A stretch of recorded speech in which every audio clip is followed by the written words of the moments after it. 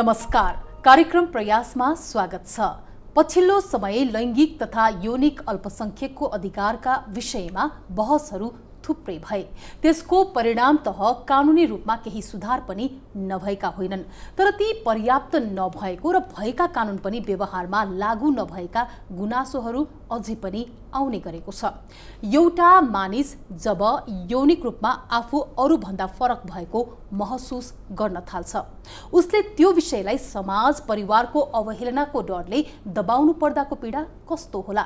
अझ कसैले खुलेर आफू एलजीबीटीआई समुदायमा पर्छु भनेर स्वीकार्छ र ऊ माथिको हर तरहका व्यवहार र उसले पाउँदै आएका अधिकार हनन हुन थाल्छ। यस्तै विविध उतार चढावका बावजुद पनि यो समुदायका पक्षमा वकालत गर्दै आउनुभएकी एक समलिङ्गी महिला अभियन्ताको प्रयासको चर्चा आज हामी गर्नेछौँ। स्वागत गरौँ मितिनी नेपालकी संस्थापक अध्यक्ष लक्ष्मी घलानलाई। स्वागत छ लक्ष्मीजी। नमस्ते, यहाँलाई पनि धन्यवाद। अहिले लकडाउन छ, महामारीको समय छ, मितिनी नेपालले काम कसरी गरिरहेको छ? अब यस्तै हो, भर्चुअलबाट नै भइरहेछौँ हैन। अब भर्चुअलबाट अब छलफल कार्यक्रमहरू भइरहने, अनि अब विशेष गरी अब के अरे कामहरू धेरै छन्। यो लकडाउनले चाहिँ धेरै असर पारेको पनि छ।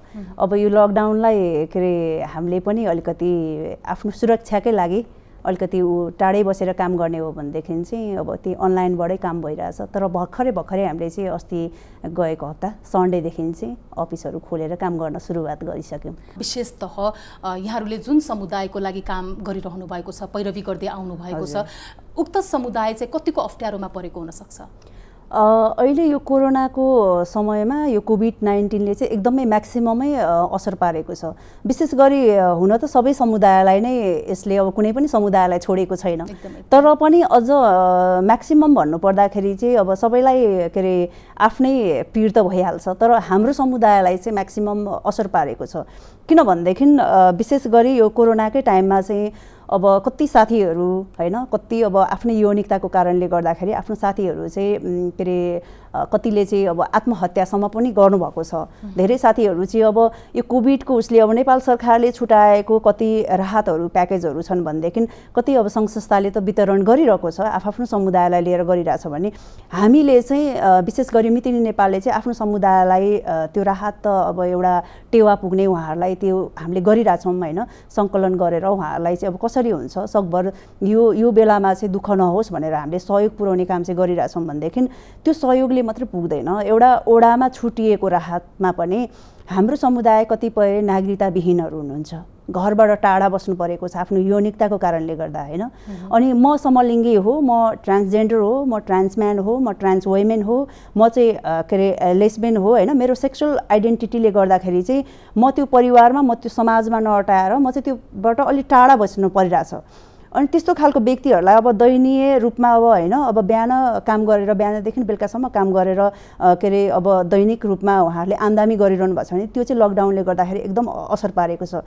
अझ विशेष गरी मितिनी नेपालले यस्तै असर पर्छ, यस्तो खालको त्यस्तो दुःखहरू कठिनाइहरू नहोस् भनेर चाहिँ एउटा मितिनी फिटनेस भनेर पनि ओपन गऱ्यौँ। ठ्याक्क ओपन गरेको 2 मन्थ मात्र के भयो थियो, लकडाउनले फेरि एकदमै गाह्रो बनाइदियो। अहिले त्यो गाह्रोले गर्दाखेरि न त्यो हामीले स्टार्ट गर्न सकेको छ हैन, न अब के अरे अब भाडा मात्रै भयो। सरकारले त भन्छ अब के अरे 3 महिनाको भाडा मिना गरिदिने, घरबेटीले अब लिनु पर्दैन, दिनु पनि पर्दैन भन्ने कुरा, तर त्यो त मानिँदैन हैन। अनि त्यो छैन त्यो कि त अब त्यो घरबेटीलाई पनि उहाँहरूले हेरिदिन पर्ने, एउटा व्यवस्था गरिदिन पर्ने पनि हुन्छ, किनभने कतिको अवस्था त्यस्तै पनि छ। अनि के अरे भन्ने हो भनेदेखि हाम्रो समुदायले चाहिँ नागरिकता नभएको कारणले गर्दाखेरि राहतहरूबाट पनि वञ्चित हुन पर्यो। अनि त्यही क्रममा चाहिँ अब मन्त्रालयको व्यक्तिहरूसित यही भर्चुअलबाट नै अब नागरिकता नभएको व्यक्तिलाई के गर्ने भन्दाखेरि त्यो पनि कति ओडामा चाहिँ उहाँहरूले आदेश पनि दिनुभयो हैन। अनि प्रत्येक प्रदेशको ओडाहरूमा उहाँहरूले भन्नुभयो पनि, तर हाम्रो समुदाय चाहिँ उहाँहरू अचम्म मान्ने कि के अरे तिमीहरूलाई पनि राहत चाहिन्छ र भन्ने खालको क्वेसनहरू गर्ने हैन। अनि उहाँहरूले त्यस्तो खालको क्वेसनहरू गरिसकेपछि उहाँहरू त्यहाँ जानलाई नै एकदमै हिचकिचाहट के एउटा के अरे उहाँ आफै पनि यौनिकताले फरक छ हैन। त्यस्तो कुरा चाहिँ एउटा राज्यको तह तबकामा बसेको व्यक्ति, एउटा नीति निर्माण गर्ने व्यक्तिले चाहिँ त्यस्तो क्वेसन गर्ने कहाँसम्म होइन। अनि त्यस्तै कुरामा चाहिँ के अरे उहाँहरू त झन् एउटा ओडाको मात्रै नभएर एउटा क्षेत्रको नै प्रमुख भएर गएको व्यक्तिले तपाईँहरूको समुदाय भन्दा नि उहाँहरूले चाहिँ सिधै छक्का हिजडाको उपनाम दिने होइन, त्यस्तो खालको उपनाम दिँदाखेरि कस्तो हुन्छ? यो प्रवृत्तिको अन्त्य गर्नकै लागि तपाईँ निरन्तर प्रयासमा हुनुहुन्छ एकदमै। अझै पनि किन यस्तो खाले मानसिकता बढिरहेको छ, विकास भइरहेको छ? अझ विशेषतः यो लकडाउन, अझ यो कोरोनाको कहरको समयमा भनेको त मानिस बीच भौतिक दूरी कायम राखे पनि मानवतालाई त अझ बढी उजागर गर्नुपर्ने समय हो। बुझ्न नसकेका हुन् अथवा जनचेतनाको पनि अझै कमी त भइरहेको होइन नि? अलिकति जनचेतनाको पनि कमी नै हो, तर जनचेतनाको कमी के मानेमा म भन्छु भनेदेखि नेपाल सरकारलाई त के अरे हाम्रो समुदाय त यो कुनै पनि अल्पसङ्ख्यक भने पनि, तर हाम्रो त अल्पसङ्ख्यकको मतमा हेर्ने हो भने अल्पसङ्ख्यक त हामी छैनौँ नि होइन। एउटा कुरा गर्ने हो भनेदेखि 10 लाख 12 लाख व्यक्तिहरू भनेको अल्पसङ्ख्यकमा पर्दैनन् नि, तर उहाँहरूले चाहिँ एउटा वर्गको लिङ्गको आधारमा चाहिँ उहाँहरूले विभेद गर्न पाइँदैन होइन। जति पनि उहाँहरूले विभेद गर्नुभएको छ यो हाम्रो वर्गलाई चाहिँ उहाँहरूले छुटाउनु भएको अवस्था छ नि होइन। तर त्यो चाहिँ कानुनी रूपमै हेर्ने हो भनेदेखि यो वर्गले चाहिँ अधिकार पाइसक्यो भनेर भन्ने होइन, तर के अधिकार पायो भन्दाखेरि प्राप्तिको आधारमा हेर्ने हो भने हामीले केही पनि पाउन सकेको अवस्था छैन। चेतनाको हिसाबले कुरा गर्ने हो भनेदेखि जनचेतना हामीले अब 2001 देखि होइन हाम्रो यो आन्दोलन एकदमै जारी छ। यहाँसम्म आउँदाखेरि यतिसम्म भयो, जबकि हाम्रै समुदायका व्यक्ति सांसद हुने बेलामा चाहिँ होइन उहाँहरूलाई थाहा छैन त यो समुदायको व्यक्ति आज गे भएर पनि उहाँले चाहिँ वकालत गरिरहनु हुँदाखेरि उहाँ पूर्व सांसद सुनिल बाबु पन्तको कुरा गर्दै हुनुहुन्छ। त्यति बेलाको उसमा जति पनि कानुन बने, जति पनि कुराहरू भयो त्यति बेलाको कुरामा चाहिँ एकदमै उ छ भनेदेखि अहिले आएर चाहिँ बनेको कानुन 2075 सालको भदौ 1 गतेको त्यो के अरे हाम्रो आचार संहिता बन्यो नि होइन, त्यसले त हामीलाई झन् कति गाह्रो बनायो भनौँ न। एउटा संविधानमा लेखिसकेको कुरा होइन, अब धारा 12 आर्टिकलको कुरा भने धारा 12ले चाहिँ दिएको छ तिमीहरूको पहिचान सहितको नागरिकता भनेर भनेको छ, तर त्यसलाई पनि बाइस गर्दै होइन उहाँहरूले चाहिँ त्यसबाट पनि वञ्चित बनाएको छ कि।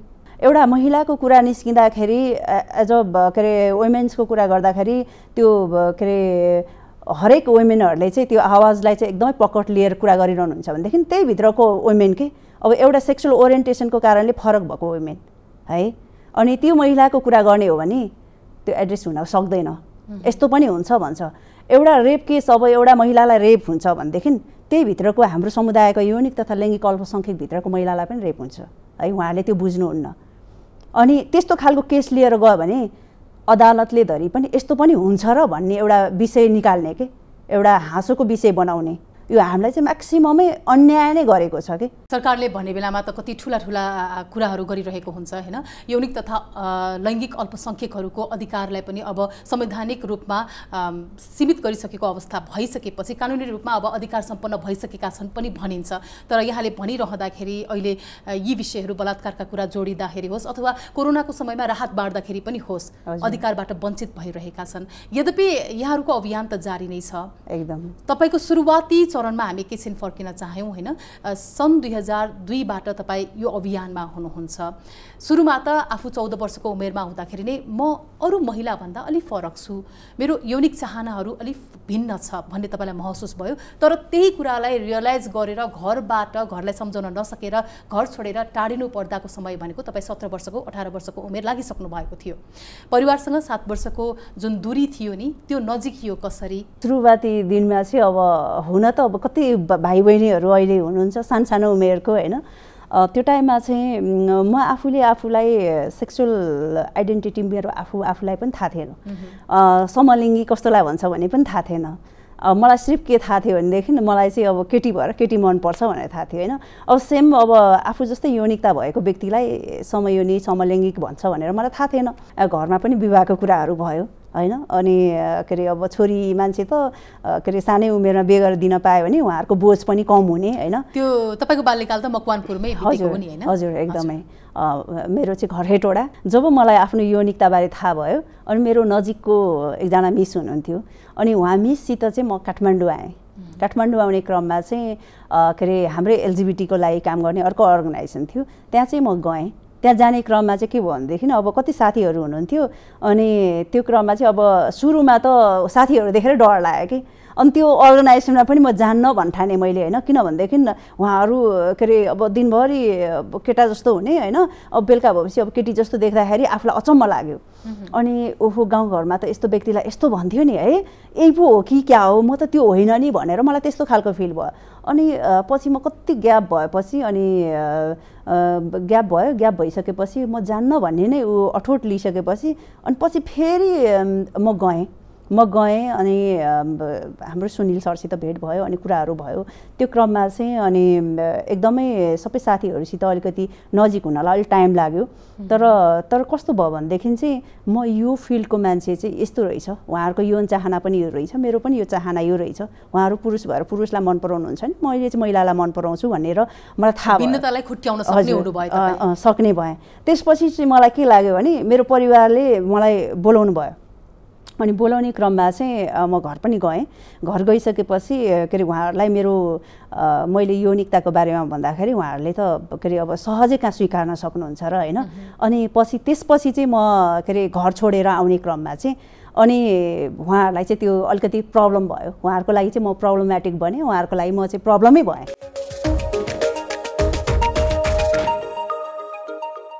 चौध वर्षको छोरीले म अलिकति फरक छु भनेर महसुस गरिसकेपछि अलि बिस्तारै केही वर्ष बित्दै गएपछि आमासँग पनि त भन्नुभयो होला नि, आमा म अरूभन्दा फरक छु, तपाईँको छोरीमा यस्तो प्रकारको चाहनाहरू छ भनेर कहिले भन्नुभएको थियो अगाडि? थियो, मैले आमालाई भनेको थिएँ होइन। अनि बुवालाई पनि थाहा थियो, किनभनेदेखि मेरो स्कुल लाइफमा साथी एकजना हुनुहुन्थ्यो, घरमै लिएर जाने क्रममा चाहिँ तेरो छोरी के हो भनेर बुवाले आमालाई पनि सोध्नु भएको थियो। अनि त्यो हुँदाहुँदै बुवाले थाहा पाउनु भयो अनि आमा र बुवाको झगडा भयो। त्यसपछि साथी जानुभयो, साथी जानु भइसकेपछि अनि बुवाले अब मलाई कराउने ओर्ने यस्तै भयो होइन। अनि घरमा अनि बुवाले पिट्नु पनि भयो। अनि त्यो क्रममा चाहिँ अनि खुलेरै भनेँ मैले होइन, मलाई चाहिँ अब केटी मनपर्छ भनेर कुरा पनि गरेँ होइन। अब त्यो भन्ने क्रममा चाहिँ अब बेइज्जत भयो होइन। सुरुवाती प्रतिक्रिया बुवा आमा हजुर बेइज्जत भयो। उहाँहरूलाई एक प्रकारले समाजको डर थियो होइन। यस्तो हो, समाजले चाहिँ अलिकति मानसिक तनावहरू हुन्छ नि, अब अलिकति गर्सिप अब कुराहरू काट्ने होइन, छिमेकीमा त कुरा काट्ने, अनि ए फलानाको छोरी त कस्तो केटा जस्तो भएर हिँडेको होइन, फलानाको छोरी त बे गर्न पर्ने बेलामा हेर लहर लहर हिँडेको भन्ने खालको कुराहरू हुन्छ। अनि अब के अरे अलिकति उमेर हुँदैमा बे गरेन भनेदेखि यो त भन्छ नि फर्सी धेरै पाक्यो भने भित्रभित्रै कुहिन्छ, छोरी माइती बस्यो भनेदेखि के नाना थरी कुरा सुनिन्छ भने जस्तै त्यस्तो खालको कुराहरू अब बुवा आमालाई अब सुनाउँदाखेरि उहाँहरूको होइन अब मनसाय त हो, मान्छेको एउटा के अरे सोच्ने उसमा पनि परिवर्तन आउँछ। अनि उहाँहरूको उसमा चाहिँ अलिकति म प्रति हेर्ने दृष्टिकोणमा परिवर्तन हुन सक्ला होइन, त्यो भयो पनि होला। अनि त्यही भएर त अनि अब छोरीको माया हुन्छ, हरेक प्रत्येक व्यक्तिको आफ्नो सन्तान भनेको एकदमै राम्रो होइन, बाली राम्रो अर्काको बच्चा राम्रो आफ्नो भन्छ नि होइन। त्यो चाहिँ अब जतिसुकै मेरो यौनिकता फरक भए पनि मेरो बुवालाई मेरो आमालाई होइन सन्तानको माया हुन्छ। अनि किनभने परिवारलाई चाहिँ कस्तो हुँदो रहेछ नि, मैले अहिले फिल गर्दाखेरि चाहिँ किन बुझ्दैनन् परिवारले भन्दाखेरि त्यो कति कुराहरू चाहिँ हामीले कति गलत पनि सोचिरहेको हुन्छ, किनभने परिवारले एकदम बुझेको हुन्छ तर समाजको कति कुराहरूले गर्दाखेरि उहाँहरूले त्यो स्वीकार्नलाई गाह्रो भएको कुराहरू हुन्छ। झन्डै झन्डै 2 दशक जतिको तपाईँको सङ्घर्षबाट सफलतातिर लम्किएको यात्रा छ, विभिन्न प्रयासहरू छ। हुन त केही समय अगाडि आमा बितिसक्नु भएको छ होइन। अझै पनि फर्केर हेर्दाखेरि मैले मेरो परिवारलाई दिनुपर्ने केही सुखहरू दिन सकिनँ कि भन्ने किसिमको सोच, अथवा मैले मेरो आमालाई सुख राख्न सकिनँ र आमा छोडेर गइसक्नु भयो भन्ने किसिमको मनमा आउँछ कि आउँदैन? त्यो सोच आउँछ। जुन टाइममा आमालाई मेरो खाँचो थियो होइन, त्यो टाइममा हुन त मैले पुऱ्याएको योगदानहरू धेरै छन्, अनि तर पनि अझ मैले गर्न सकिनँ कि न मैले मेरै कारणले पो त्यस्तो भएको हो कि भन्ने हुन्छ। तर त्यसरी सोच्दाखेरि त आफू अझ कमजोर भइन्छ होइन। त्यो चाहिँ हो, किनभनेदेखि अब यस्तो हो के अरे दुःख हुन्छ नि, अब मान्छेलाई दुःखले नै हो रहेछ बाँच्न सिकाउने चाहिँ, किनभनेदेखि धेरै बाटोहरू देखाउने धेरै बाटोहरू खुलाउने चाहिँ आफूले गरेको सङ्घर्ष नै होइन आफ्नो लागि पहिचान बन्छ। म चाहिँ त्यही भन्छु। किनभनेदेखि कति भाइ बहिनीहरूले आफ्नो के अरे समाजको कारण, परिवारको कारण होइन, राज्यको कारण आत्महत्या गरिरहनु परेको छ, घृणाको कारण होइन। तर म चाहिँ विशेष गरी हाम्रै कम्युनिटीको साथीहरूलाई, भाइ बहिनीहरूलाई चाहिँ आत्महत्या गर्नु हुँदैन भन्छु। किनभनेदेखि यो भनेको कुनै पनि मरेर हामीले अधिकार लिने होइन कि, हामी लडेर लिने हो होइन। सङ्घर्षको दौडानमा कति सफल होला, कति असफल होला होइन, सबै सफल हुनुपर्छ भन्ने छैन।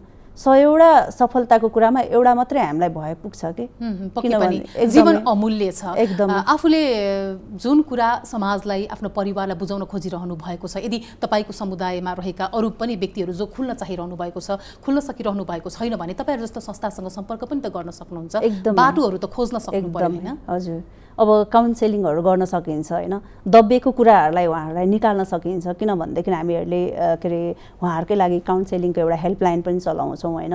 कति साथीहरू हुनुहुन्छ अब के अरे आफूले आफूलाई पनि स्वीकार्न नसकेको अवस्था छ, फ्यामिलीसित, साथीसित पनि। अब साथीसित भनिदिँदाखेरि, सेयर गर्दाखेरि भोलि साथी नै छुटिने हो कि भन्ने डरले होइन उहाँहरूले आफूले आफूलाई स्वीकार्न नसक्नु भएको अवस्था छ। विशेष गरी चाहिँ आफूले आफूलाई चाहिँ स्वीकार्न एकदमै महत्त्वपूर्ण कुरा हो। किनभनेदेखि जबसम्म हामीले आफूलाई स्वीकार्न सक्दैनौँ, सङ्कोच लिन्छौँ भनेदेखि खुलेर कुरा पनि गर्न सक्दैनौँ, वकालत गर्न सक्दैनौँ।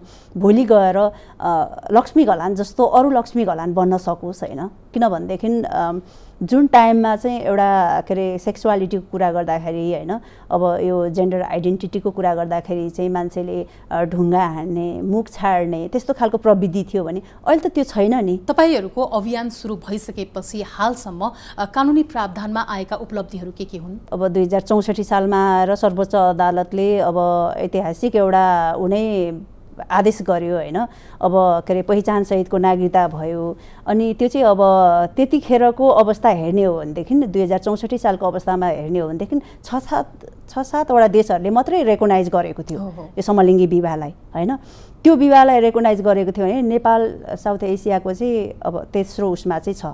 अनि तर कस्तो उसमा छ भनेदेखि दिन त दियो राज्यले अधिकार होइन, तर कस्तो खालको अधिकार हो के यो, जुन अधिकार चाहिँ हामीले उपभोग गर्न पाउँदैनौँ है। यो उपभोगमा कठिनाइहरू के छन्? अब पहिचानकै कुरामा लडिरहेछौँ हामी। नागरिकताको कुरा भयो, नागरिकता अदर्स भनेर ओ क्याटेगोरीको त दिएको छ उहाँहरूले होइन। अब नेपाल सरकारले त्यो दिएको छ भने त्यो ओ क्याटेगोरीको नागरिकताले हामीलाई चाहिँ प्राप्त छैन है। यही ओ क्याटेगोरीको नागरिकता हामीले लिन्छौँ भनेदेखि कति अहिले त झन् के भइरहेछ भनेदेखि यही नागरिकता सम्बन्धी विधेयक चलिरहँदाखेरि विधेयक पास पनि भएको छैन।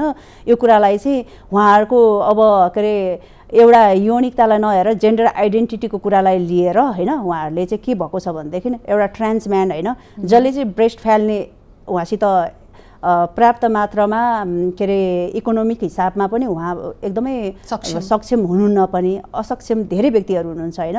त्यस्तो खालको व्यक्तिहरूले चाहिँ नागरिकता पाउने होइन, कुनै पनि इन्जेक्सन त होइन, कुनै पनि ऊ त मेडिसिन त होइन नि त होइन। अनि ज्वरोको सिटामोल किन्ने जस्तो त होइन नि। अनि कति उसले त अडप्ट गर्न सक्छ कि सक्दैन भन्ने कुराहरू हो नि त, कति वर्ष लाग्छ होइन। त्यस्तो खालको त्यो एउटा ऊ हेरेर चाहिँ पहिचान सहितको नागरिकता दिने भनेर चाहिँ यो चाहिँ एकदमै गलत हो है। नेपाल सरकारले ल्याएको नीति चाहिँ एकदम गलत छ हाम्रो लागि चाहिँ। अनि अर्को कुरा के छ भनेदेखि पहिचानको कुरा एउटा सर्वोच्च अदालतले आदेश गरिसकेको कुरा चाहिँ होइन, अब अन्तरिम संविधानले एउटा ऊ गरिसकेको कुरा चाहिँ। अनि यो के अरे सानोतिनो हाँगाबिङ्गा हुन्छ नि त्यस्ता खालका ऊहरूले चाहिँ हामीलाई किन रोक्ने होइन। एउटा पहिचान, एउटा नागरिकता, यो देशको नागरिक भइसकेपछि उसको पहिचान पाउने त स्वतः अधिकार हो नि त, त्यसबाट किन वञ्चित हुन्छ होइन, किन राज्यले वञ्चित गराउँछ। यो वञ्चित गराउनु भनेको कि त हाम्रो समुदाय सबै कि त आत्महत्या गरेर मर भन्न खोज्या हो कि होइन, अधिकार दिए जस्तो गर्ने तर समग्रमा त्यो व्यवहारमा लागू नहुने किसिमले दिने। अब लिभिङ टुगेदरकै कुरा गर्ने हो भनेदेखि सँगै जोडी साथीहरू धेरै छन् है। अब 30 वर्षदेखि 20 वर्षदेखि 40 वर्षदेखि बसेको जोडीहरू हुनुहुन्छ, तर लिभिङ टुगेदर त 2064 सालमै दिइसकेको कुरा हो नि त होइन। व्यक्ति बिचको सम्बन्धलाई त दिइसकेको कुरा हो। तर त्यो चाहिँ खोइ त अब कागजी रूपमा हेर्ने हो भनेदेखि कुनै पनि त्यस्तो खालको एभिडेन्सहरू हामीसित डकुमेन्टहरू छैन कि होइन। अब राज्यले गर्न खोजेको चाहिँ के हो त, अब के अरे 7 वर्ष बसिसकेको, 5 वर्ष बसिसकेको, 10 वर्ष बसेको, 20 वर्ष बसेको, अनि के आधारमा बस्ने त? दिदी बहिनी भन्ने ट्याग लगाउने, दाजु दाजु भन्ने होइन, अनि ऊ चाहिँ मेरो साथी हो भन्ने ट्याग लगाउने, त्यो त भएन नि त। अनि यो साथी हो भनेर चिनाउन कुनै पनि सक्ने छैन। अनि भनेपछि अनि के आधारमा चाहिँ अब भनौँ भोलि गएर प्रपर्टीको कुरा होला, हेल्थको कुरा होला, हैन, दुईमध्ये एकजनाको मृत्यु होला, मलाई अब बच्चा अडप्ट गर्न मन लाग्ला, हैन, जन्माउनै मन लाग्ला, अनि जब मैले आफ्नो पहिचानको लागि त लडिरहेको छु भने मैले नागरिकता त आफ्नो पहिचान सहितको नागरिकता लिन सकेको छैन भनेदेखि राज्यले मैले पाएको बच्चा एउटा महिलाले आफ्नो पहिचान सहितको नागरिकता दिन त आफ्नो छोराछोरीलाई दिन सकेको छैन अहिलेसम्म लडिरहेछ भनेदेखि, हैन, महिलाभित्रको डाइभर्सिटी उनीहरूले केलाउन सकेको छैन। यहाँले कति गम्भीर विषयमा कुराहरू उठाइरहनु भएको छ, हैन। मानिसले त अझै पनि हुन त एलबिटिआईलाई नै राम्रोसँग बुझिरहेका छैनन्, हैन। लेस्बियन भनेको कस्तो हो, ट्रान्सम्यान ट्रान्स वुमेन भनेको के हो, बायोसेक्सुअल भनेको के हो भन्ने नै नबुझ्नेहरू छन्। कोही महिला समलिङ्गी छन् र आफ्नो छोरीको ऊ साथी हो भने मेरो छोरीलाई पनि उसले आफू जस्तै बनाउँछ कि भन्ने डर अभिभावकहरूमा हुन्छ कि तपाईँले थोरै एलजिबिटिआईको बारेमा अलिक बुझ्ने हिसाबले सामान्य भाषामा भनिदिनु पर्यो भने? जो महिला एउटा भावनात्मक रूपमा, हैन, अनि अब ऊ मेन्टली स्पिरिचुअली, हैन, अनि एउटा महिलासित नै उसको माया बस्छ भनेदेखि त्यस्तो महिलालाई चाहिँ समलिङ्गी महिला भन्छ। अनि यो बाइसेक्सुअल चाहिँ अब गे पनि के अरे एउटा पुरुष पनि हुन सक्यो, एउटा महिला पनि हुन सक्यो, हैन। अनि उहाँहरूको चाहिँ एउटा फिलिङ्सको आधारमा उहाँहरूको एट्र्याक्सन भनेको एउटा फिलिङ्स भनेको अब बोथ अफ के एउटा पुरुषसित पनि भयो, एउटा महिलासित नि भयो, हैन। त्यो चाहिँ पुरुषमा पनि हुने भयो, महिलामा पनि हुने भयो। विशेष गरी अझ म्याक्सिमम बाइसेक्सुअलहरू चाहिँ खुलेर आउन नसकेको अवस्था छ, उहाँहरू चाहिँ डबल डिस्क्रिमिनेसनमा परेको अवस्था पनि छ, है। जसरी अब लेस्बियनहरू पनि पढ्नु भएको छ, ट्रान्सहरू पनि पढ्नु भएको छ, अझ पनि यौनिकताको यौन झुकावको आधारमा चाहिँ उहाँहरूलाई चाहिँ अझ विश्वासको आधारमा विश्वास नगर्ने, हैन, आफ्नै पार्टनरले पनि विश्वास नगर्ने त्यस्तो खालको कुराहरू पनि छ। विशेष गरी महिला र पुरुषमै बाइसेक्सुअल हुन्छ।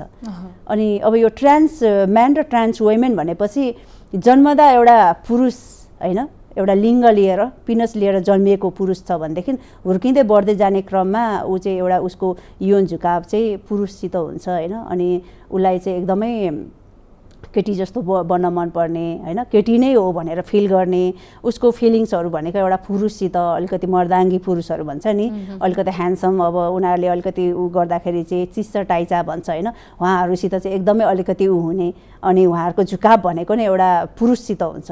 अनि उहाँ चाहिँ पुरै टिपिकल अब केटी छ भनेदेखि केटी जस्तै हुन्छ, छुटाउन सक्नुहुन्न, हैन।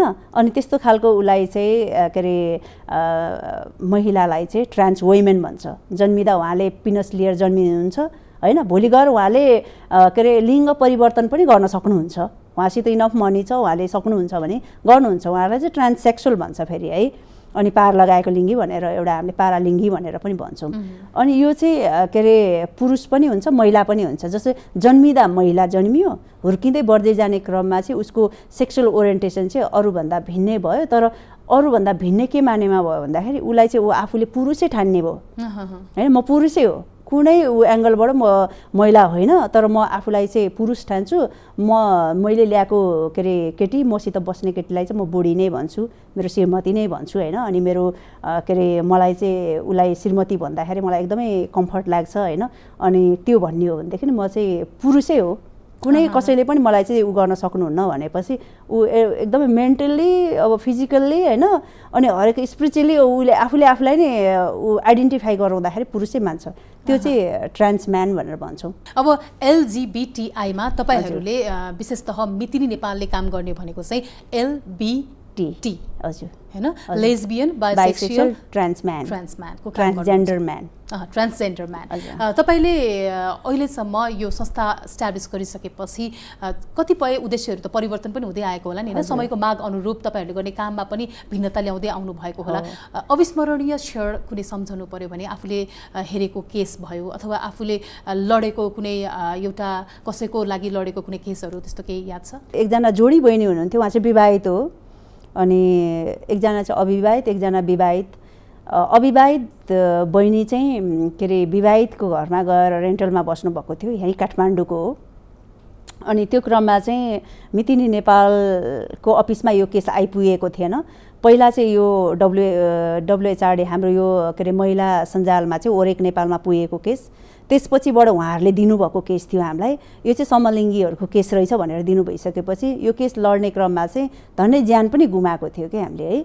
यो कस्तो भयो भनेदेखि मान्छेले अलिकति भावनात्मक एउटा भावनामा डुबेर चाहिँ काम गर्न हुँदैन भन्ने खालको एउटा एक्सपिरियन्स लर्न पनि भयो मलाई होइन। अनि अर्को कुरा चाहिँ यो मैले नगरेको भए सायद होइन यहाँसम्म पनि जम्प गर्न सक्थिनँ पनि भयो। मेरो लागि चाहिँ ठुलो लर्निङ पनि हो त्यो, चिन्ने मौका पनि भयो होइन। किनभनेदेखि त्यो टाइममा चाहिँ एज अ आफ्नै कम्युनिटीभित्रको साथीहरूले पनि सपोर्ट नगरेको अवस्था थियो। अनि त्यो टाइममा उहाँ जोडीहरूलाई चाहिँ कतिसम्म गाह्रो भयो, ओरेक पनि घेरियो त्यतिखेर होइन। अनि त्यो हुँदाहुँदै उहाँहरूले गर्दै पनि नसक्ने अवस्थामा पुगेपछि हामीले टेवामा आयौँ होइन। टेवामा आएर रिता दिज्यूसित होइन। यहाँले भन्न खोज्नु भएको चाहिँ एउटा छोरीको आमा जो आफूलाई पहिला महिला हुनुहुन्थ्यो, पछि समलिङ्गी महिला भएको महसुस गर्नुभयो अथवा उहाँमा त्यो परिवर्तन आयो र अर्को महिलासँग उहाँको सम्बन्ध गाँसिन। हजुर एकदमै। के गर्नु महसुस भन्दा पनि के अरे उहाँ चाहिँ पहिला नै उहाँको यौनिकता चाहिँ उहाँलाई आइडेन्टिफाई नभएको, कतिले गएर चाहिँ 50 वर्षको उमेरमा पनि श्रीमानसित डिभोर्स गरेर आनन्द एउटा लग्जरियस लाइफ मैले जिइरहेको छु लक्ष्मी भनेर भन्ने साथी पनि हुनुहुन्छ कि होइन। कस्तो भनेदेखि उहाँलाई यौनिकताको बारेमा थाहा थिएन। जब उहाँको पार्टनर चाहिँ यो कम्युनिटीको भेट्नुभयो तब चाहिँ उहाँले चाहिँ अब एकअर्काको कुराहरू सेयर भयो होइन। सेयर भइसकेपछि त्यो कुरामा चाहिँ सम्बन्ध बढ्दै गयो। अनि सम्बन्ध बढ्दै गइसकेपछि उहाँको हस्बेन्डलाई थाहा भयो। हस्बेन्डलाई थाहा भइसकेपछि उहाँहरूले जिल्ला अदालतमा मुद्दा पनि हाल्नुभएको रहेछ डिभोर्सको लागि। त्यो डिभोर्स नभएको थियो। श्रीमानले मुद्दा हाल्नुभयो कि श्रीमतीले चाहिँ डिभोर्स पाऊँ भनेर, तर उहाँलाई चाहिँ अपहरण शैलीमा लिएर गयो, बेपत्ता बनाइयो होइन। त्यो क्रममा चाहिँ कस्तो भयो नि, अब टेवामा लगेर हामीलाई राखियो। अब म पनि एकदमै हाफ कट लगाएको, जुत्ता लगाएको होइन, माथि टी सर्ट मात्रै लगाएको, भागेर कोही पनि थिएन क्या। 3-4 जना साथीहरू हुनुहुन्थ्यो होइन। अनि अब त्यसरी गइयो। अनि गइसकेपछि अब हामीलाई सपोर्ट गर्नुभयो, टेवा नेपालले पनि सपोर्ट गर्नुभयो। रिता दिज्यूको घरमै गएर हामी बस्यौँ होइन। अनि पुरै त्यो घरहरू घेर्ने क्रम भयो होइन। अब सञ्जालबाट पनि धेरै साथीहरूले सपोर्ट गर्नुभयो होइन। डाक्टर रेणुराज भण्डारीले पनि सपोर्ट गरिरहनु भएको थियो। अनि मानव अधिकार आयोग घेरियो हेर्नु होइन। अनि महिला आयोग घेरियो। अनि म त एकदम अहिले लकडाउनको अवस्था थियो नि, त्यो बेलामा मेरो अन्डरग्राउन्ड लकडाउनै थियो कि। अहिलेको लकडाउन मलाई केही पनि लाग्दैन कि, किनभनेदेखि त्यतिखेर त ज्यानको खतरा थियो नि। अहिले त अब रुगा लागिला सरलाई ह्यानत्यान थियो नि, त्यतिखेर त जहाँ भयो अन द स्पोट मारिदिने अब उहाँहरूको धम्की थियो। मितिनी नेपाल चाहिँ खारेज गर्नु पर्यो भनेर उहाँहरूको एउटा माग पनि थियो, रिट दायर पनि गर्नुभएको थियो। मैले 13 दिनपछि मैले स्टे अर्डर लिएर निस्केँ। त्यो क्रममा चाहिँ सर्वोच्च अदालतले त के अरे ल उसको उमेर पुगेको हदमा चाहिँ एउटा महिलाले आफ्नो के अरे यौन पार्टनर होस्, आफ्नो जीवन पार्टनर होस् चुन्न पाउने अधिकार छ भनेर चाहिँ कल्याण कुमारले गरिदिनु भयो होइन। अनि एउटा ऊ त सुनाइदिनु भयो। त्यसपछि ल्याउने हाम्रो कन्डिसन थिएन। मितिन नेपालको कुनै पनि सेल्टर होम छैन। यहाँ महिलाहरूको लागि सेल्टर होम छ होइन नेपाल सरकारले। मैले यही कुरामा जोड्न चाहेको चाहिँ किनभने त्यो अवस्थाको चाहिँ एकदमै ठुलो घटना है। कुनै पनि सेल्टर होम छैन। जुन सेल्टर होम चाहिँ लगेर के अरे काभ्रेमा राख्यो त्यो चाहिँ एउटा महिलाहरूको लागि नेपाल सरकारले छुटाएको सेल्टर होम छ। त्यो महिला कुन महिला हो, यौनिकताको कारणले फरक परेको महिलाहरू, एलजिबिटी फ्रेन्डली कुनै पनि सेल्टर होम पनि छैन। एउटा महिलाभित्रको सेल्टर होममा राख्यो भनेदेखि ओहो यो महिलाले त यो त समलिङ्गी हो नि भनेर एकदमै त्यहीँभित्र कुरा काट्ने होइन। एकदमै त्यो भइसकेपछि उसलाई बस्न नसक्ने अवस्था बनाइदिने, त्यस्तै खालको अवस्थाले गर्दाखेरि त्यस्तै कुराले एकदमै मान्छेहरूको एकदमै मानसिकतामा भइसकेपछि, तनाव भइसकेपछि उसले त के गर्छ भन्दा सुसाइड गर्छ। अनि त्यहाँबाट हामीले उहाँहरूलाई निकाल्यौँ होइन। त्यो ठाउँबाट होइन टेवाबाट गरेर ल्याइसकेपछि यहाँ ल्याइसकेपछि अब मितिनी नेपालमा के अरे घरबेटीलाई भनेर भित्र उहाँहरूलाई राखेर बाहिरबाट तालचा लगाएको। अनि अब त्यतिखेरको अवस्था हेर्ने हो भनेदेखि चाहिँ एकदमै काली लाग्दो अवस्था थियो। तर त्यो अवस्थाले चाहिँ धेरै कुराहरू पाठहरू सिकाए पनि, मान्छे चिन्न सिकायो होइन। एकदमै त्यो चाहिँ सर्वोच्च अदालतले नै अब उ गरिसकेपछि त्यो जस्तो ठुलो कुरो चाहिँ केही पनि भएन कि। कति समयसम्म जोखिमयुक्त समय रह्यो, किनकि तपाईँलाई जहाँ भेट्छु त्यहीँ बलात्कार गर्छु अथवा जहाँ भेट्छु त्यहीँ मारिदिन्छु भन्ने किसिमको धम्कीपूर्ण शैलीका फोनहरू धेरै आए होइन। आफ्नो जीवन नै आफ्नो जिन्दगी नै जोखिममा राखेर यो लडाइँ लड्नु आवश्यक थियो र लक्ष्मीजी आफूले यो विषय चाहिँ होइन जस्तो अब मन लागेर गरेको हुन्छ नि होइन। अब के अरे मैले चाहिँ के अरे उहाँहरूले भन्नुहुन्थ्यो पैसा दिन्छु छोडिदे, यो भनेको त यो एउटा बच्चाको आमा समलिङ्गी हुन सक्दैन भन्ने खालको उहाँहरूलाई थियो होइन। एउटा ठुलो अर्गनाइजेसन हैन एउटा ठुलो अर्गनाइजेसनले पनि उहाँलाई लगेर राखेको ठाउँको अर्गनाइजेसनको व्यक्तिले एज अ हेडले नै हैन लक्ष्मी यो के अरे कुनै पनि हालतमा हैन एउटा विवाहित महिला त्यसको बच्चा हेर हैन बच्चालाई के गर्छ ल भन त्यो महिलाले त बुद्धि बिगारी त्यो बच्चाको के बिजोग हुन्छ भन्ने खालको पनि फोनहरू आयो हैन अनि उहाँहरूले पनि त्यस्तो खालको थ्रेटहरू पनि दिइरहनु भएको थियो कि अनि इन्टरनेसनली एउटा कुराहरू उठिसकेपछि उहाँहरूलाई अलिकति थ्रेट भएपछि उहाँहरूले चाहिँ मलाई गरिरहनु भएको थियो कि मैले के भने नि यदि उहाँ चाहिँ समलिङ्गी हैन एज अ लेस्बियन होइन भनेदेखि ब्याक टु उहाँ चाहिँ आफ्नो श्रीमानको घर जानुहुन्छ यदि उहाँ लेस्बियन हो भनेदेखि चाहिँ उहाँ बस्नुहुन्छ मैले एउटा आफ्नो कम्युनिटीको व्यक्ति उहाँले चाहेको उसले आफ्नो स्वतन्त्र रूपले बाँच्छु भनेर यत्रोसम्म सङ्घर्ष एउटा पाइला उठाइसकेको उसलाई चाहिँ मैले किन उसको पाइलालाई अड्काउने हैन जुन कुराबाट गुज्रेर मैले त्यत्रो ठुलो लडाइँ लडेर हैन म यहाँसम्म आइसकेपछि म त्यसमा ब्याक हुन सक्दिनँ नि त त्यो अडान चाहिँ मसित थियो कि अहिले पनि उहाँहरूसँगै हुनुहुन्छ उहाँहरू हुनुहुन्छ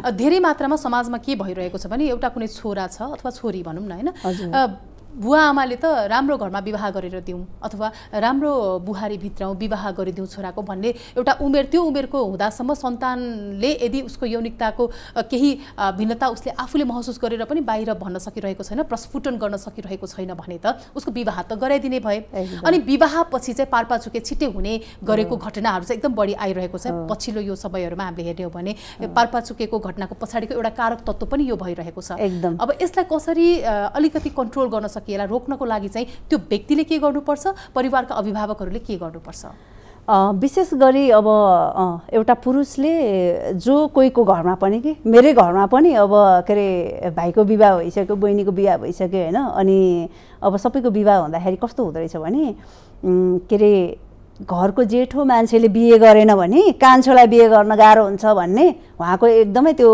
मानसिकता छ नि तपाई पनि फेरि जेठी छोरी हजुर नराम्रो त्यो मानसिकता चाहिँ परिवर्तन गर्नुपर्छ कि कुनै पनि के अरे चाहनालाई कसैले पनि रोक्न सक्दैन अनि परिवारले पनि के बुझ्न पर्यो भनेदेखि उसको चाहना विपरीत मैले बिहे गरेँ भने भोलि उसको घर बन्न पनि सक्छ नबन्न पनि सक्छ यो त व्यक्तिको मात्रै नभएर दुई परिवारको पनि सम्बन्ध हो नि त हैन बिहे गरेको ग्याप चाहिँ के देखिन्छ भने अभिभावक र त्यो छोरा या छोरीमा पनि जुन ग्याप देखिन्छ नि यसले चाहिँ अर्को घरको छोराछोरीलाई पनि प्रभाव पार्छ एकदमै किनभने दुई घरको सम्बन्धलाई नै एकदमै डामाडोल बनाउँछ उसको त अब त्यहाँ एकजना पुरुष र एकजना महिलाको मात्रै नभएर अब आमा बुवाको भयो हैन दुईटैको आमा बुवाको परिवार त अब एउटा व्यक्तिबाट परिवार बनेको छ त्यो परिवारभित्रको सम्बन्ध पनि डामाडोल हुने भयो जसरी के अरे एउटा महिला चाहिँ समलिङ्गी छ भनेदेखि हैन उसलाई आफ्नो यौनिकता थाहा भइसकेपछि उसले आफूले कसरी हुन्छ हैन कुन बाटो अपनाएर हुन्छ मैले फ्यामिलीसित चाहिँ एक्सपोज गर्ने हो हैन अब साथीको माध्यम पनि हुन सक्छ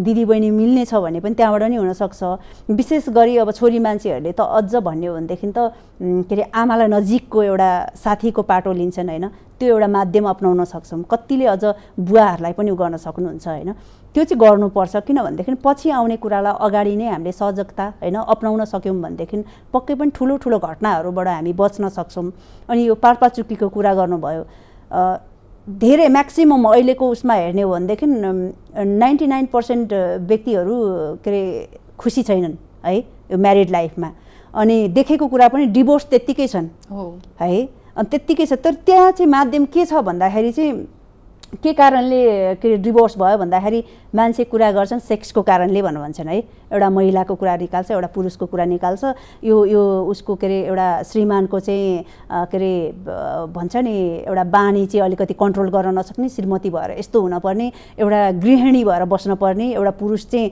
जहिले पनि एउटा पितृसत्तात्मक सोच भएको व्यक्तिहरू छ यो जरा गाडेरै बसेको छ हैन जति उ गरे पनि तर त्यस्तो खालको उहरूलाई चाहिँ हामीले एकदमै नकार्नुपर्छ हटाउनुपर्छ किनभनेदेखि यसको बारेमा चाहिँ अझ पनि स्टडी हुन सकेको छैन कति पनि एनजिओहरूले पनि गर्न सकेको अवस्था छैन राज्यको त्यस्ता खालका व्यक्तिहरूले पनि गर्न सकेको छैन इभन हामी आफैले पनि गर्न सकेको छैन कति चाहिँ सेक्सुअल ओरिएन्टेसनको कारणले पछि गएर खुल्छ कि सुसाइड गर्यो किन भन्दाखेरि त्यो फलानुको छोरा गे रहेछ नि त्यो केटी त लेस्बियन रहेछ नि त्यसलाई केटी मनपर्ने रहेछ त्यही भएर सुसाइड गरेर चाहिँ बाँच्नुभन्दा मरेकै बेच भनेर भन्छ नि हैन यो धरतीको बोझ भनेर भन्छन् त्यो एकदम गलत हो कि किनभने उहाँहरूले सोच्नु भएको छैन उहाँको परिवारमा पनि हुन्छ भनेर एउटा सामान्य महिला र अर्को समलिङ्गी महिलाको जीवनमा खास भिन्नता के छ भिन्नता केही पनि छैन, म त्यस्तो केही देख्दिनँ है। एउटा समलिङ्गी महिला पनि महिला हो, यौनिकताले फरक पार्यो, अनि अर्को महिला पनि महिला हो।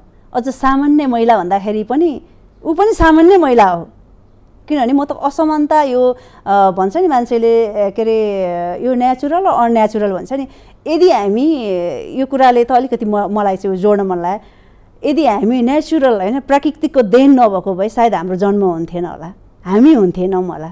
यो त प्राकृतिकको देन हो नि त, हजुर पनि प्राकृतिकको देन हो, म पनि प्राकृतिकको देन हो नि त। पुरा नेपालभरिमा चाहिँ कति जति यौनिक तथा लैङ्गिक अल्पसङ्ख्यक व्यक्तिहरू हुनुहुन्छ, अनि उनीहरूले भोग्नु परेको समस्या विशेषतः के हो? यो अब हामीले रिसर्चै गरेको चाहिँ छैनौँ होइन। अब एकिङका साथ अब मैले ठोकुवा गरेर मेरो समुदायको व्यक्ति चाहिँ यति नै हो भनेर भन्न पनि मिलेन। एउटा अध्ययन अनुसारले चाहिँ अब कति 9 लाखको हाराहारीमा पुऱ्याएको छ, तर त्योभन्दा ओभर छ हाम्रो उसमा चाहिँ, किनभने म आफूले गर्नु पर्दाखेरि चाहिँ प्रत्येक व्यक्तिहरू खुल्न नसकेको अवस्था छ, इन्भाइरोमेन्ट नभएको कारणले पनि हो होइन। अर्को कुरा आफूले आफूलाई स्वीकार्न नसकेको कुरा हो, अर्को परिवारले नस्वीकारी दिँदाखेरि त्यो अवस्था पनि छ। अनि अब हाम्रो यो तथ्याङ्क अनुसारले भन्ने हो भनेदेखि 1500 चाहिँ होइन 2000 अब यो 11 को उसमा चाहिँ सेन्सेसको उसमा चाहिँ हेर्ने हो भनेदेखि 1500 चाहिँ एउटा निकाल्यो कि है। अब यो गर्दाखेरि चाहिँ तथ्याङ्क विभागले यो निकाल्दाखेरि चाहिँ उहाँहरूले त्यो निकाल्यो, तर त्यो चाहिँ हामीलाई इनफ भएन भन्यो, त्यो चाहिँ हाम्रो कमजोरी पक्ष भयो फेरि अहिले आएर है। हाम्रो कमसेकम अब राउटेहरूको होइन, अब यो चेपाङहरूको होइन, कति उहरूको थोरै उ छ भनेदेखि त के अरे यसको काउन्टिङ हुनुपर्छ, 6 जना भयो भने पनि ऊ हुनुपर्छ भनेर भन्छ नि होइन। यो चाहिँ एउटा ऊ भयो भनेर भन्छ भनेदेखि हाम्रो त त्यत्रो समुदाय हुँदाखेरि पनि हामीले गर्न नसकेको अवस्था। यहाँले भन्नु खोज्नु भएको चाहिँ यो समुदायलाई अल्पसङ्ख्यकको संज्ञा दिनु नै माथि त बुझेको छैन। हजुर एकदमै, किनभनेदेखि अल्पसङ्ख्यक कस्तोलाई भन्छ भने अब सीमान्तकृत वर्ग हो हामी होइन, त्यो हामी होइन भन्दैनौँ। किनभनेदेखि पहिला होला अल्पमतमा परेको थियौँ हामी, बहुमत अब हेट्रो अब विपरीत लिङ्गीहरूले गरेको राज गरेको हाम्रो राज्य हो होइन। त्यसको अर्थ के हो भनेदेखि हामीले सबैलाई समलिङ्गी बनाउँछु गे बनाउँछु भन्न खोजेको पनि होइन। किनभनेदेखि मेरो परिवारमा पनि मेरो बाउआमा त अब ऊ होइन नि त, के अरे विपरीत लिङ्गीबाटै जन्मेको म एउटा उहाँहरूको एउटा सन्तान हो होइन। मेरो चाहना मात्रै फरक भयो, तर उहाँको सबै सन्तान त त्यो जन्मिएन नि त, जन्मिनुमा कसैको दोष होइन कि होइन।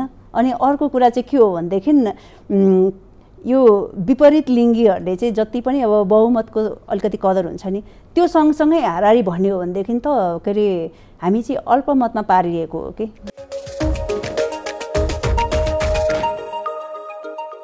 यौनिक तथा लैङ्गिक अल्पसङ्ख्यकले अहिले पनि समाजमा अलिकति त्यो दृष्टिकोण जति परिवर्तन भएको छ भनेर भनिन्छ नि, भनिए अनुसारको नै चाहिँ छैन होइन। अझ अर्को एउटा आरोप पनि लाग्ने गरेको छ कि यो समुदायले चाहिँ समाजमा अलिकति उच्छृङ्खलता फैलाएको छ भन्ने किसिमको आरोपहरू पनि लाग्ने गरेको छ, यसलाई के भन्नुहुन्छ? यस्तो प्रत्येक व्यक्तिको हेर्ने दृष्टिकोण फरक हुन्छ, हजुरको फरक छ, मेरो फरक छ, त्यसैले त हामी एकदमै संसारमा अब फरक फरक व्यक्ति भएर त यति राम्रो संसार बनेको छ हो कि होइन भन्नु त। अनि अब हजुरको नजरले एउटा व्यक्तिलाई राम्रो देख्नुहुन्छ भनेदेखि मैले त्यो व्यक्तिलाई नराम्रो पनि देख्न सक्छु। मैले अहिले भर्खर भने विपरीत लिङ्गी एउटा उसले खाएको हाम्रो समाज होइन, त्यो समाजमा हाम्रो समुदाय उहाँहरूको अगाडि केही मात्रामा कमी छ, तर केही समुदायका व्यक्तिहरू होइन, यही विपरीत लिङ्गीभित्रको व्यक्तिहरू पनि जो महिलाहरू उहाँ चाहिँ उच्छृङ्खल भएर हिँडिदिँदाखेरि होइन, उहाँहरूले जे पनि गरिदिँदाखेरि केही फरक पर्दैन यो समाजलाई, किनभनेदेखि ऊ महिला अरे होइन होइन। अनि अर्को कुरा चाहिँ के हो भनेदेखि हाम्रो समुदायका व्यक्ति उहाँहरूले चाहिँ अब अलिकति भनौँ न ड्रेसअपकै कुरा गर्दाखेरि लुगाहरू त्यस्तै टाइपको लगाइदियो भनेदेखि चाहिँ ओहो उच्छृङ्खल रे, कस्तोलाई उच्छृङ्खल भन्छ त्यो मलाई चाहिँ थाहा छैन होइन। तर मान्छेले जज गर्दाखेरि चाहिँ एकदमै यो गलत हो, किनभनेदेखि त्यही भित्रको यही त हो नि डाइभर्सिटी। हरेक कुरालाई हामीले जबसम्म स्वीकार्न सक्दैन होइन, राज्यले पनि त्यस्तो खालको कुराहरूलाई व्यवस्था गर्न सक्दैन, उहाँहरूलाई भन्ने अधिकार पनि छैन। जो व्यक्तिले भन्नुहुन्छ त्यो व्यक्तिले उसको व्यवस्था गरिदिनु पर्यो कि होइन। अब हाम्रो समुदायले यो समुदायलाई बिगारेको भन्छ होइन, अब उहाँहरूकै हो यस्तै कुराहरूले गर्दाखेरि कति साथीहरू डिप्रेसनमा जानुभएको कुराहरू छ होइन। यदि उहाँहरूले त्यस्तो खालको व्यवसाय त्यस्तो खालको जबहरू दिन सक्नुहुन्छ भने ग्यारेन्टी लिन सक्नुहुन्छ भनेदेखि हाम्रो समुदायका साथीहरू नजान पनि सक्नुहुन्छ।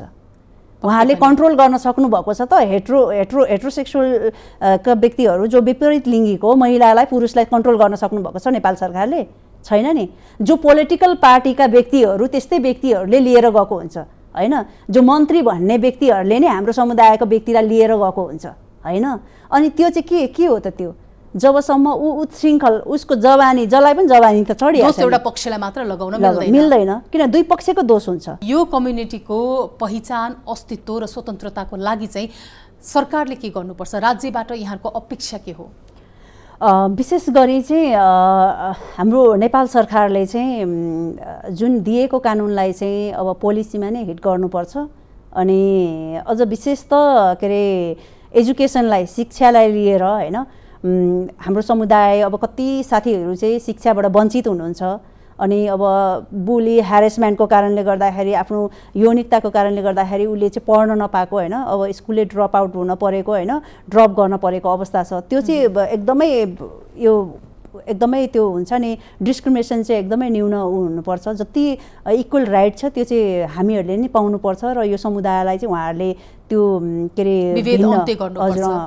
अन्य त्यो के अरे हुन्छ नि अन्त्य देशबाट आएको यो ऊ हो भन्ने चाहिँ लिनुहुन्न होइन।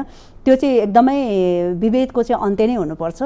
अर्को कुरा के हो भनेदेखि विवाहको कुरालाई लिएर विवाहको कुरा र नागरिकताको विशेष त हाम्रो पहिचानकै कुरा भयो। नागरिकता भनेको हाम्रो फर्स्ट इम्पोर्टेन्ट होइन। अब हाम्रो किन भनेदेखि हाम्रो पहिचान के हो भन्दाखेरि चाहिँ लक्ष्मी घलान एउटा महिला हो उसको यौनिकता भनेको यो हो उसलाई एउटा महिलाको नागरिकता छ उसलाई पुगिहाल्छ भन्ने होइन।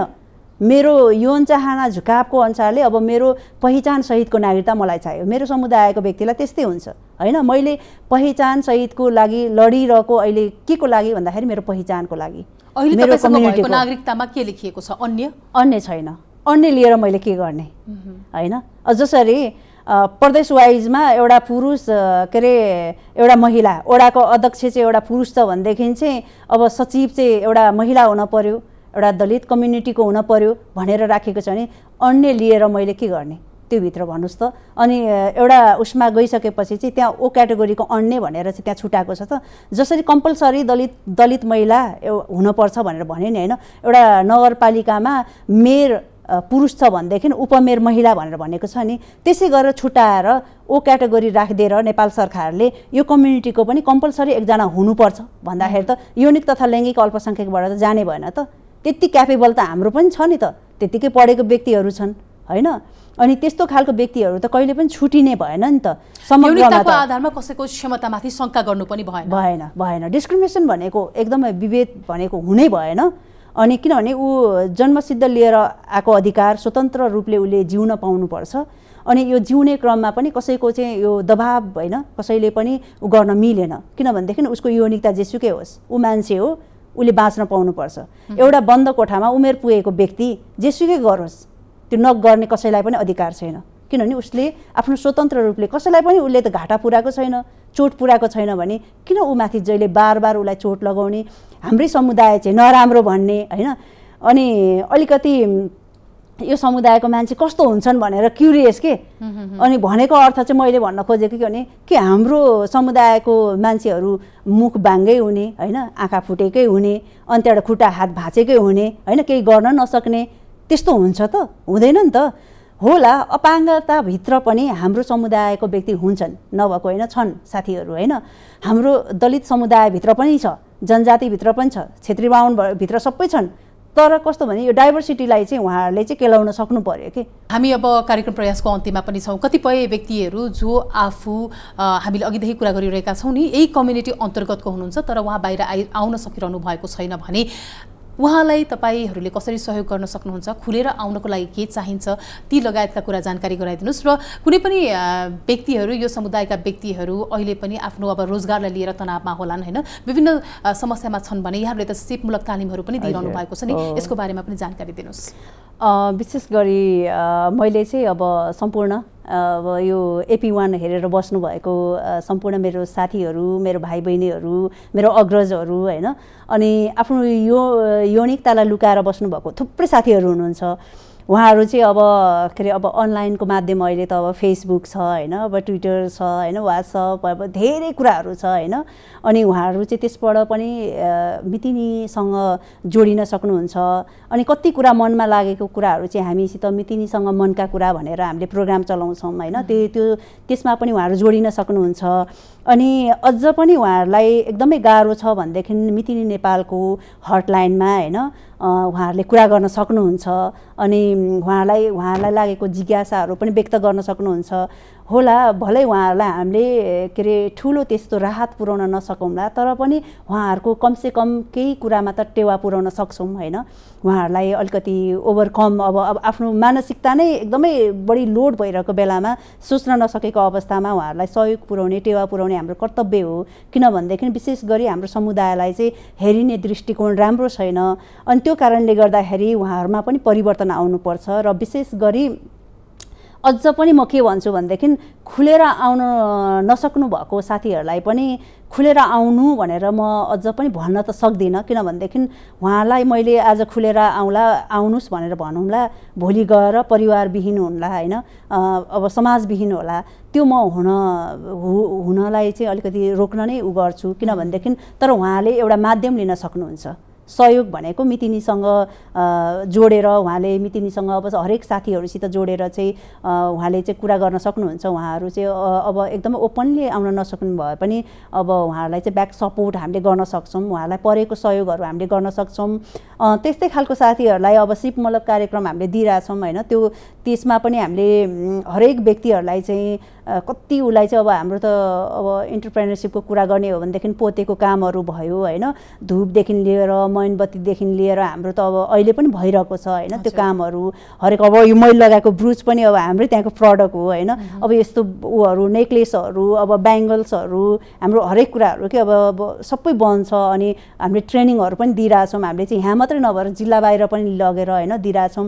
अझ एज अ होल हाम्रो कम्युनिटीको लागि मात्रै नभएर कम्युनिटी बाहिरको हाम्रो दिदीबहिनीहरूलाई पनि हामीले त्यस्तो उपलब्ध गराइरहेछौँ, दिइरहेछौँ। भनेदेखि ओडासित समन्वय भएर ओडाको व्यक्तिहरूलाई दिइरहेछौँ हैन। हामीले त्यसरी दिइरहेछौँ भनेदेखि यहाँहरू त हाम्रो समुदायको व्यक्ति हुनुहुन्छ, एकदमै उहाँहरू जहिले पनि जुनै टाइममा हामीहरूलाई यस्तो खालको कार्यक्रम दिनु भन्नुभयो भने हामी जुनसुकै कन्डिसनमा पनि उहाँहरूलाई दिन रेडी छौँ। हजुर, हामी कार्यक्रमको प्रयासको एकदमै अन्त्यमा छौँ अहिले चाहिँ हैन। तपाईँलाई अन्तिममा आफ्नो प्रयासका विभिन्न चरणहरूमा विभिन्न जटिलताको समयमा साथ दिएका व्यक्तिहरू हुन्छ अथवा जो कोहीलाई जुनैसुकै निकायलाई केही तपाईँको सन्देश छ भने अब दिन सक्नुहुन्छ। प्राइस अब विशेष गरी अब प्राइस भनेको चाहिँ अब यहाँले चलाउनु भएको प्रोग्राममा एकदमै मेरो लागि चाहिँ महत्त्वपूर्ण छ। र अर्को कुरा चाहिँ मेरो आफ्नै पनि अझै पनि प्राइस अझै जारी छ हैन। किनभनेदेखि हामीले गरिरहेको काम चाहिँ प्राइसकै अन्तर्गत नै हो। जबसम्म हामीले प्राइस गर्दैनौँ तबसम्म हाम्रो यो काम सक्सेस पनि हुन सक्दैन। विशेष गरी अब मलाई साथ दिएर हैन यहाँसम्म के अरे हुन्छ नि दुःखमा सुखमा हरेक उसमा साथ दिनुभएको सम्पूर्ण अग्रज व्यक्तिहरूलाई सम्झिँदै धन्यवाद दिन चाहन्छु। किनभनेदेखि म र मितिनी नेपालको तर्फबाट नै यहाँलाई धन्यवाद दिन चाहन्छु। विशेष गरी यो प्रोग्राम चाहिँ मेरो लागि एकदमै महत्त्वपूर्ण छ र प्राइस एउटा आफैमा प्राइस छ र यहाँको प्रोग्राम चाहिँ एकदमै सफल होस् र मैले गरेको कामहरू पनि यहाँ व्यक्त गर्ने एउटा प्लेटफर्म हैन, एउटा ठाउँ पाएँ। त्यसको लागि चाहिँ म एकदमै आभार प्रकट गर्दै धन्यवाद दिन चाहन्छु। आज हामीले मितिनी नेपालका संस्थापक अध्यक्ष लक्ष्मी घलानका विभिन्न प्रयासका पाटोलाई केलाउने कोसिस गरेका थियौँ। महिला र पुरुष दुवै समलिङ्गी हुन्छन्। महिला समलिङ्गी महिलासँगै यौन आकर्षित हुन्छन् भने पुरुष समलिङ्गी पुरुषसँगै। समाजले यो विषयलाई स्वीकार गर्न अब पनि हिचकिचाइरहने हो भने उनीहरू आफ्ना अधिकारबाट वञ्चित भइरहनेछन् र समाजमा यौनिक रूपमा भिन्न भएका व्यक्तिका क्षमतामा ह्रास आउन सक्छ, जसको दोषी तपाईँ हामी हुनेछौँ। त्यसैले यौनिक तथा लैङ्गिक अल्पसंख्यकलाई पनि माया, सम्मान र हौसला दिने बानी सुरु गरौँ। हस्त आजलाई कार्यक्रम प्रयास यही टुङ्गिन्छ। नमस्कार।